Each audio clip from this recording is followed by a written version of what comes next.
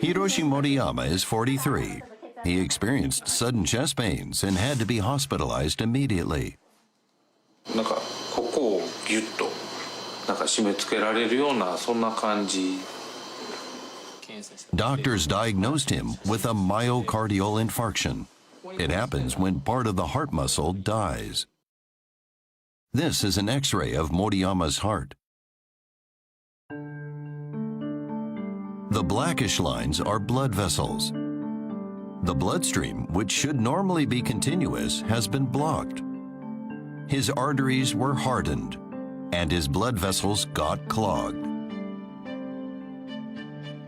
None of the medical examinations Moriyama had until then had turned up any indications of heart problems. What Moriyama's physician told him was something unexpected. おそらく食事を食べた後に非常に血糖が急激に上昇するような状況、血糖スパイクとかも言いますけども、Glucose spike is the culprit behind the clogging of his vital arteries.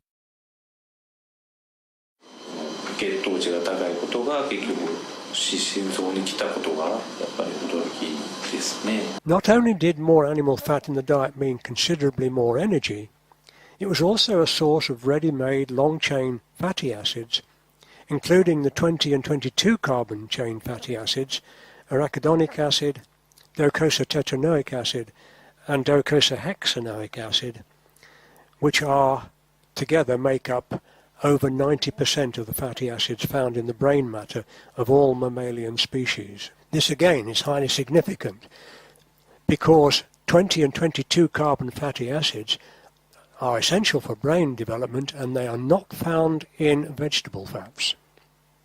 The longest chain in any vegetable oils are linoleic acid, which is the omega-6 EFA, and alpha-linolenic acid, which is the omega-3. But these are only 18 carbon fatty acids. Now, we do have an ability, just like all mammals, to chain elongate and desaturate these to produce the longer chain fatty acids, but we're not very good at it. I'm quoting here from a study, humans maintain an inefficient ability to chain elongate and desaturate 18 carbon fatty acids to their product 20 and 22 carbon fatty acids. The cells of the interior wall of a blood vessel are used in an experiment. They are alternately soaked in a solution with a lot of glucose and in a solution with only a little to create the condition of glucose levels skyrocketing repeatedly.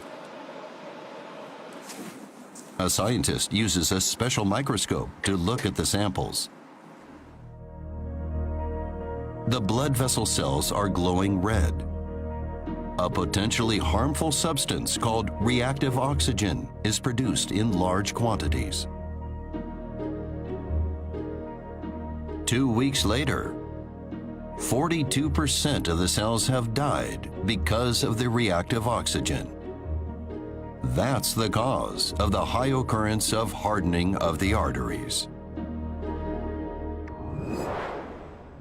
When glucose levels rise sharply, reactive oxygen is produced in large quantities in cells. This substance damages the cells. Then, when the cells try to repair themselves, immune cells are attached to the artery walls and are absorbed into them. The artery walls swell and become narrow in those places. That's how the arteries become hardened. Other research has shown that people who have glucose spikes have a 1.9 times greater risk of suffering a heart attack or a stroke because of hardening of the arteries. So, have we got a large gut? Well, no. Quite the reverse, in fact. Using Kleiber's law, we find that our gut is actually much smaller than would be expected in an animal of our size. Our stomach, for example, is only about a third as big as would be expected. Our small intestine is only 3/4, and that's where most of the food is absorbed. Our cecum is practically non-existent. You can see it there. We call it an appendix, about the size of a little finger. And our colon is only just over half what would be expected. Now, all of these values are considerably less than 1. Now, this is particularly obvious in the case of the cecum. The cecum is part of the gut between the small and large intestines, which is present in all mammals, but with differing sizes depending on the mammal's natural food supply. Hindgut digesters, like the gorilla, have a large cecum, hosting billions of bacteria which break down plant materials such as cellulose. Exclusive carnivores, whose diets contain little or no plant material, have a much smaller cecum, often partially or wholly replaced by the vermiform, as it's called, appendix. And this is the case in humans. This is quite obvious when we compare the gorilla with the man in the picture I've got there. Look at the size of the gorilla's abdomen compared with a man's. This is because the gorilla's large abdomen is mostly cecum and colon, which in humans is very small. As a consequence, we absorb very little nutrition from our colons. This is a crime. Based on the current recommendations for protein intake, 40% of Americans aren't getting enough protein. Okay? And if you want to talk about a war on women, most females over the age of 8 aren't getting enough protein. And the problem is worse, because they're equating plant protein with animal protein. So the number's worse than this. We knew a long time ago that animal protein was superior to plant protein, but that's kind of awkward when we start recommending plant-based diets, right? That's kind of awkward. So we just ignore that. Crude protein is the percent nitrogen determined by analysis multiplied by 6.25, because we assume that all the nitrogen present is in protein, and we assume that all the protein is 16% nitrogen.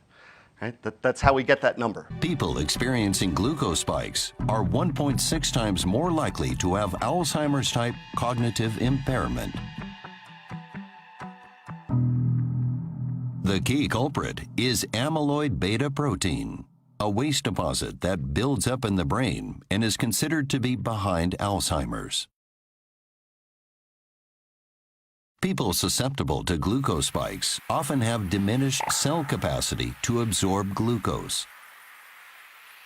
When that happens, the pancreas releases large amounts of insulin to decrease the amount of sugar in the bloodstream.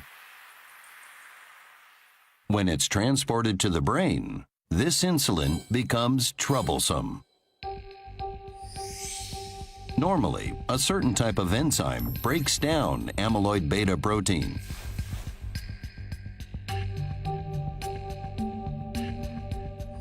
However, when large amounts of insulin flow into the brain, this enzyme breaks down the insulin before the amyloid beta.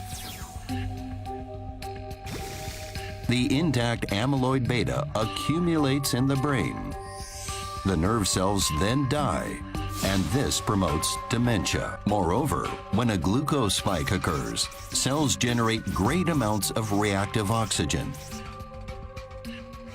This reactive oxygen damages DNA within cells in the body, creating a 1.5 times greater risk of cancer. Glucose spikes really are the source of serious illnesses.